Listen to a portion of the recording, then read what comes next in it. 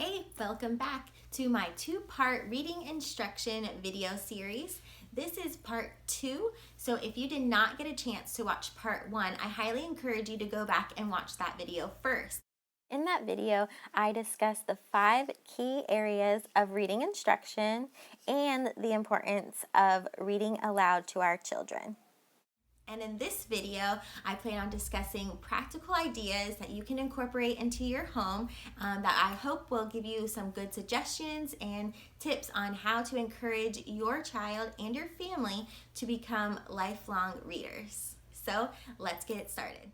Actually, real quick, I wanted to jump in and apologize in advance. While I was filming this video, we were placed under a tornado warning and I had no idea. So toward the end of the video, you might hear lots of rain, thunder and lightning, and big background noise. So I hope it doesn't take away from the overall message.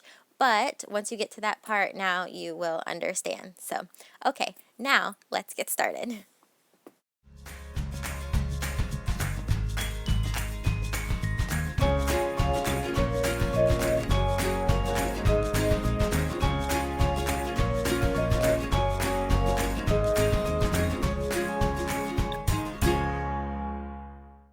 My first suggestion is for you to create a rich reading environment.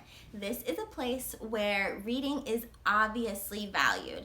You also would have lots of different books for fun, for learning, a variety of different books for your children to choose from. This is also where you would personally show, not tell, but show your child that reading is important, not only to you, but for life in general. So instead of saying reading is important, actually show them reading is important by you reading yourself.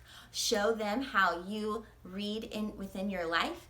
And also, maybe this is a great time to show them that reading is important by reading aloud to them, which I discussed a lot about reading aloud to your children and the importance of that in the previous video. Next, you want to teach your children that we read more than just books. So this is where in your home, it would be wise to have a variety of different genres, books and other materials that vary in complexity, as well as different types of reading materials like newspapers and pamphlets and magazines, and even we read instruction manuals, different things like that that you would have in your home to show them that, hey, reading is important. And we actually read more than just books. We read these other different types of materials every single day of our life. So this is then when you would show them how we connect reading with the real world, on how we use reading every single day. So maybe explain to them the who, the what, the when, and the where, and the why of why we learn to read and why it's important to be a good reader. So even taking them to the library or to the bookstores for them to pick out their own books, or to do different storytime activities at those locations, teaching them on how the libraries and bookstores work, on how they categorize books. Connecting what they're reading with the real world is important to show them that reading really does matter, and that it's not just some useless thing that we do and something that our teachers and our parents force us to do. But no, it's very important and essential to the way that we live our life.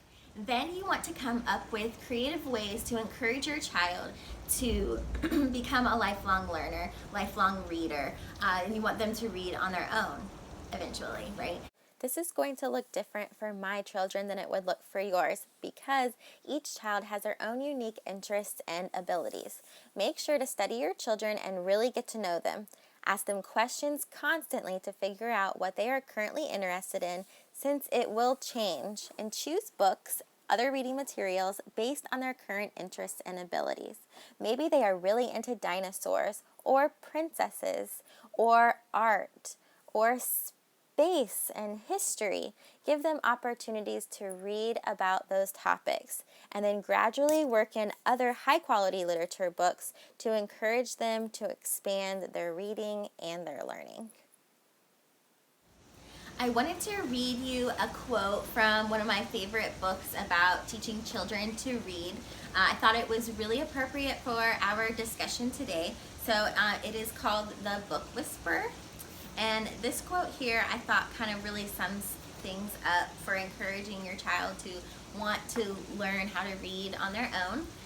And it says, "No single literacy activity has a more positive effect on students' comprehension, vocabulary knowledge, spelling, writing ability, and overall academic achievement than free, voluntary reading."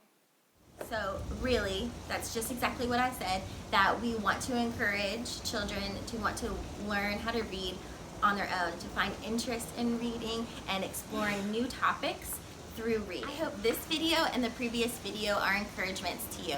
I hope that you realize that reading does not have to be stressful in your home or at school for your children.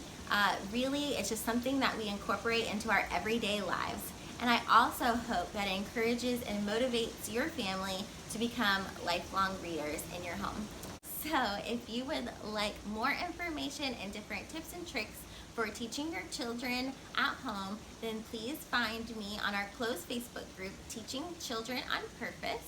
You can also follow along with me on our Facebook page, Passion in the Purpose, and on Instagram at Passion in the Purpose. So thank you so much. Please let me know if you have any questions. You can also check out the blog post for this video at passioninthepurpose.com.